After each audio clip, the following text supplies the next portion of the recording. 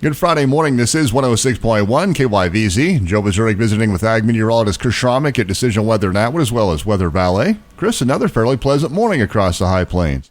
Yeah, Joe, we continue to see this weather pattern. We've got a flattening ridge of high pressure that's out to the west, and that's sending waves of energy across the Rockies and through the area and keeping our days cloudy and cooler. We've seen below normal temperatures for the last several days and plenty of clouds and morning fog and evening and overnight rains. Those evening and overnight rains was yesterday's disturbance, stayed out there in eastern Colorado, then kind of dove southeast through the area and clipped portions of the Smoky Hill area, then down around Leota, Wichita County, and now is in southwestern Kansas and kind of dissipating here this morning. So the morning rain in southeast Colorado, southwest Kansas. We got fog in northwest Kansas, kind of all the way to the Colorado border. Then it gets thicker as you move to the east. We got 4, 5, and 3 mile visibilities to the west of Highway 25. You get to the east, and we got 1, 2, and a little bit denser as you get further east of that Hill City, Phillipsburg area. And then they start going down below a mile visibility. So we pretty much range in our listening area from east to west. We got 1 mile visibility in the east, 4 or 5 mile visibility into the west, and temperatures are very similar. We got upper 50s out there where it's a little bit clearer, less fog out in Colorado. You get to the Colorado line, we got 64 in Goodland and Imperial. You get a little further east, you got 65 in Colby and McCook, and then 66 degrees out there in Norton and Hill City. The winds are from a south-southeast direction at 5 miles per hour. Continue to be from that direction through the day, pick up at 10 to 15 this afternoon. Got another low pressure that'll move off the Rockies late this afternoon, evening. Expect a line of showers and thunderstorms to move off the Palmer Divide down I-70 after 5 p.m. through the evening hours, and then another wave as that low pressure moves through of showers and some non-severe thunderstorms will move through Highway 34 and 36 after 10 p.m. into the early morning hours.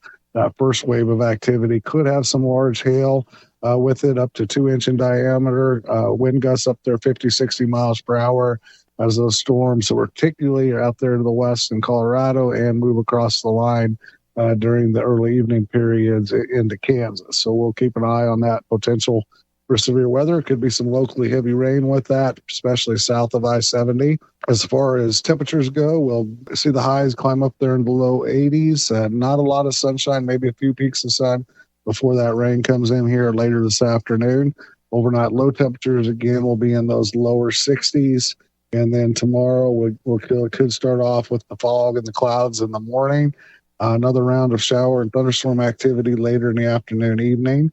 Again, could have some slight risk for the severe weather with a storm or two. Temperatures will be cooler. We'll be kind of behind a front with this first system, where our winds will be from an east-northeast direction at 10 to 15 miles per hour. That cooler air will keep our temperatures in the upper 70s, maybe hitting 80 degrees, mostly cloudy through the day. Then overnight lows will drop into the upper 50s. When we get towards Sunday, we'll start to see a ridge building out west. That'll push the rain chances off to our east. We'll start clearing out. High temperatures will climb up there in the lower 80s. The winds will start from that northeasterly direction, turn to the southeast at 10 to 15 miles per hour. And again, our overnight lows will be in that 55 to 60 degree range. Monday for Labor Day. Tuesday, we'll see a brief warm up into that 80 to 85 degree range. Sunshine for the most part, staying dry because of that high pressure ridge kind of coming over the area. Overnight lows in the upper 50s, low 60s. And then we're looking at a change next Wednesday, Thursday, and maybe some indication of a fall-like pattern kind of setting up. We got a cool front that'll kind of drop into with a Pacific low pressure disturbance. The trough that'll move through the northern plains, drag a cold front through. That could be a strong cold front. We could be talking temperatures dropping from that 80 to 85 degree range into the 65 to 75 degree range for a couple days, and our overnight lows dropping into the 40s and low 50s. So we'll keep an eye at chances for showers and storms with that frontal passage as well. So we'll keep an eye on the middle of next week, that frontal, see if it comes through, see if it hangs around. But the long-range models are showing troughs and a wavier pattern setting up behind that cold front. as we go into the long range forecast, the 8 to 14 day, which would mean a fluctuation in temperatures, 70s for highs, low 80s for max highs, overnight lows in the upper 40s and the 50s. And that's starting to feel a lot like fall. And that's where we'd be heading towards for the latter parts of September. Okay, once again, that's Ag Meteorologist Chris Schromick at Decision Weather Now, as well as Weather Valet for 106.1 KYVZ. I'm Joe Vazurek.